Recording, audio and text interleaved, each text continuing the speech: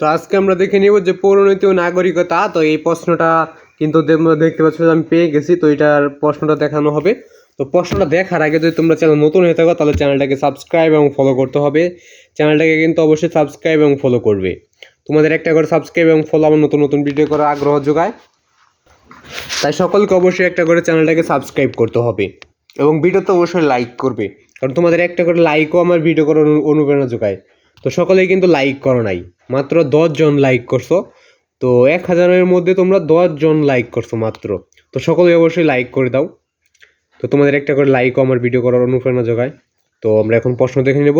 তো প্রশ্ন শুরু করার আগে তোমরা যদি ভিডিওর লাস্টের 40 সেকেন্ড না দেখো তাহলে কিন্তু তোমাদের ভিডিওর মাধ্যমে কোনো উপকার হবে না, বরঞ্চ তোমাদের ক্ষতি হইতে পারে। তার জন্য বলবো যে ভিডিওর লাস্টেরটুকু অবশ্যই তোমাকে দেখতেই হবে, তাহলে তোমার জন্য ভিডিওটা 100% কার্যকর হবে এবং তোমার জন্য ভালো হবে। তো আমরা অ্যান্সারগুলো দেখে নিই বা প্রশ্নগুলো দেখে নিই, প্রশ্ন এবং উত্তর দুইটাই দেখে নিব। আর যেগুলোর মধ্যে সবুজ কালি দিয়ে দাগানো আছে এগুলো উত্তর, আর এগুলো সঠিক উত্তর আছে, তবে কয়েকটা এই কালো কালি দিয়ে যেগুলো দাগানো আছে এগুলো কয়েকটা ভুল আছে, এবং এই সবুজ কালি দিয়ে যে কয়েকটা দাগানো আছে সবগুলোই সঠিক। তো দেখো 1 নম্বরে রয়েছে শাসন বিভাগের অপর নাম কি? উত্তর হবে ছোট খ নম্বর নির্বাহী বিভাগ। এরপর হচ্ছে 2 নাম্বার যে বর্তমানে বাংলাদেশ কত সালে হতে কত সাল পর্যন্ত ব্রিটিশ সরকারের অধীনে ছিল? উত্তর হবে খ 1757 থেকে 1947 পর্যন্ত। এরপর রয়েছে 3 উত্তর হবে খ নাম্বার 1 ও 3 আই। 1 আই রয়েছে মৌলিক অধিকার সংরক্ষণ এবং 3 রয়েছে ন্যায় বিচার প্রতিষ্ঠা করা। এরপর রয়েছে 4 নাম্বার 4 উত্তর হবে খ অধিকারের চেতনা। এরপর রয়েছে 5 উত্তর হবে খ নাগরিকতা অর্জন। এরপর রয়েছে 6 উত্তর হবে খ শাসন বিভাগকে নিয়ন্ত্রণ। এরপর রয়েছে 7 উত্তর হবে ছোট গ একনায়কতান্ত্রিক। এরপর রয়েছে 8 নাম্বার 8 হলো সংবিধান হলো রাষ্ট্রের।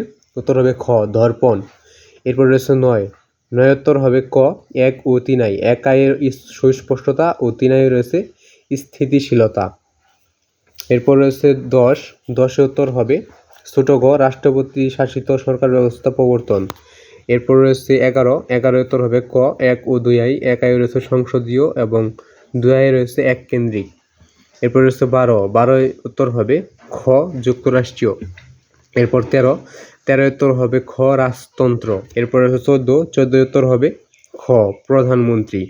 এর পরবর্তী পৃষ্ঠে চলে যাওয়া যাক, তো বাকিগুলা দেখে নেওয়া যাক। 15 নম্বর এখন যে 1966 সালের 6 দফা আন্দোলনের কারণ। উত্তর হবে বড় গ মানে সবগুলাই সঠিক। এরপর 16 1972 সালে ঢাকার মিরপুরে কাদের স্মরণে স্মৃতিসৌধ নির্মাণ করা হয়? উত্তর হবে ক শহীদদের। এরপর রয়েছে জামাল সাহেবের দায়িত্বটি কি বলা হয়? উত্তর হবে উত্তরটা পাওয়া যায় নাই, তো এটাই, এবং 18 নম্বরটা উত্তর পাওয়া যায় নাই। এরপর রয়েছে 19 হিরোশিমা ও নাগাসাকি কি? উত্তর হবে খ দুইটি শহর। এরপর রয়েছে 20 উত্তর হবে বড় গ মানে সবগুলাই সঠিক।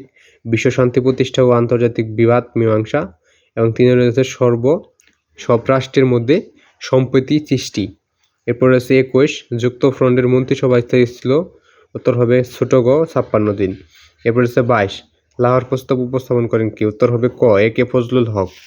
তো এরপর রয়েছে 23 নাম্বার 23 একটা উদ্দীপক দেওয়া আছে, উদ্দীপকের এটার উত্তর হবে বড় গ মানে ভাষা। এরপর 24 উত্তর হবে বড় গ জাতীয় মুক্তির আকাঙ্ক্ষা ও আরো বেগমান হয়।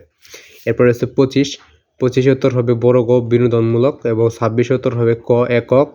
আবার উদ্দীপক দেওয়া আছে। তারপরে 27 হবে পিতৃতান্ত্রিক এবং 28 হবে তোমাদের ছোট গ 1 ও 3 আই। 1 আই রয়েছে মায়ের বংশ পরিচয় সন্তান ও পরিচিতি। এরপর মা পরিবারের নেতৃত্ব দেন। এরপর 19 উত্তর হবে ছোট গ পরিবার গঠন এবং 30 উত্তর হবে বড় গ মানে সবগুলো সঠিক। তো এই প্রশ্নটা তোমাদের মূলত ছিল 2023 সালের। তো 2023 সালের প্রশ্ন কিভাবে হয়েছিল সেটা তোমাদের দেখানোর মূল উদ্দেশ্য। তো এটা হলো 2023 সালের প্রশ্ন। তো তোমাদের দেখাই দিলাম যে তোমাদের পরিণত নাগরিকতা প্রশ্নটা কীরকম হইতে পারে বা কীরকম হবে। তো আশা করি বুঝতে পারছো কীরকম হবে। তো আজকে এটা পর্যন্তই। সকলে ভালো থাকবা, সুস্থ থাকবা। আজকে এখানে বিদায় নিচ্ছি।